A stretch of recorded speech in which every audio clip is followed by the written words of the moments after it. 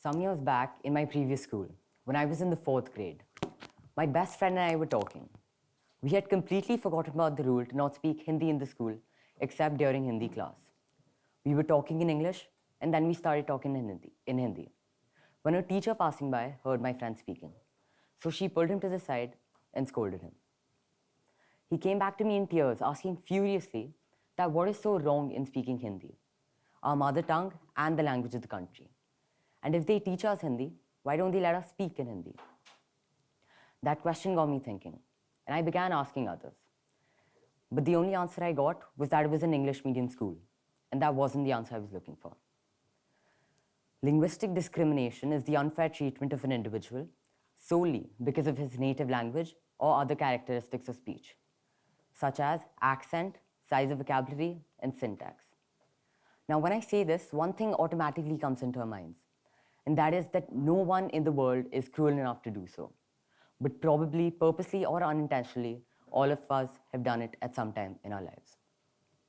For example, sometimes in India, when an English-speaking person converses with a person who speaks in Hindi or his or her own native language, the English-speaking person might sometimes think of the other as inferior, or vice versa. Now, these are strong words, you might say, but they're pretty close to the right words. Now, imagine living in a nation where you, a member of majority, are unable to read the label of medicine you have to give your child, the menu at a local restaurant, or even the warning signs of the road. A place where you are unable to comprehend the government document officiating your driver's license, tax filing, or even marriage. This is the world in which hundreds of millions of Indians live in, simply because the so-called elite prefer English. This discrimination has become so systemic that the elite and middle classes send their children to English medium private schools, while the vast poor send their children to government schools, where the medium of instruction is their own native language.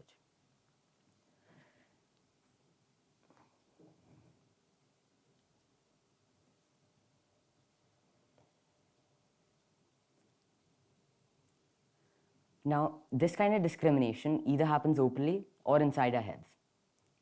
When someone discriminates openly, the person being treated differently might or might not retaliate, but at least he or she gets the opportunity to. But when you just think of someone differently because of their language without actually saying or doing something, you create a mental perception of the person where you think of him as inferior.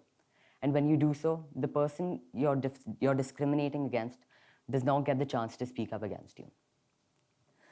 Now, people don't discriminate on purpose. It happens because of how you were brought up, maybe the school you went to, or just your family. I was brought up by a Hindi-speaking family, and I'm very proud to be a part of it. Then I was sent to another English medium school, which, as opposed to the first one, seemed tolerant enough to not discriminate on the basis of language. So I got to solve this problem easily. And during this time, I found out that the person who discriminates on the basis of language, or specifically the ease with which a speaker uses English, has absolutely no idea what the other side feels like. In India, we speak about 122 major languages. India is slowly but evidently developing into a complete English-speaking country. It is right now the second largest English-speaking country, and the number is at around 150 million.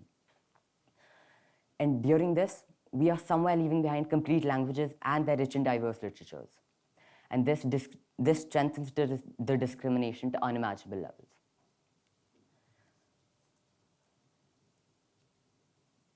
Several local groups have been pointing to derogatory attitude witnessed by them in Bengaluru. They say if a South Indian goes to Delhi, they're expected to learn the language of the majority there, Hindi. But if a North Indian comes to Bengaluru, they question the Kannadigas. Why don't you know Hindi? In a derogatory and accusative manner.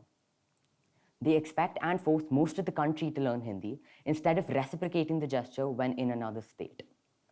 The problem is not peculiarly Indian, however. This is what a girl of Mexican origin wrote on her blog with the title, "I will never forget that." I was leaving school, talking to my friend, talking in Spanish. They had told us that we can't even speak a word of Spanish inside the school. And we were very careful. But on that day, I just forgot. As we were leaving school, the principal was passing by. She was a lovely teacher, but she was tough.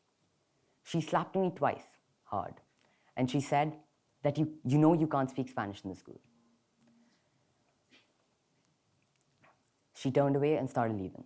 I followed her and asked her what I should do, and she said that she didn't want to hear me speaking even a word of Spanish inside the school. Languages need to build up communication, not wall up human beings behind identities determined by those in power.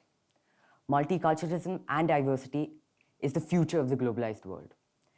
And accepting all languages and literatures is an important step towards achieving peace and harmony. Now let's remind ourselves that we've already witnessed linguistic discrimination to be state splitting. Andhra Pradesh split into two because of the discrimination of one form of Telugu in favor to another. And remember that number I gave you earlier, 150 million? It's expected to quadruple in the next decade.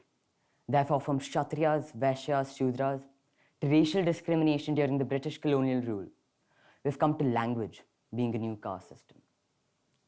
The question to think about though, how do we learn to respect all languages and the cultures they represent? हम हर भाषा का सम्मान कायम कैसे रख सकते हैं? Thank you.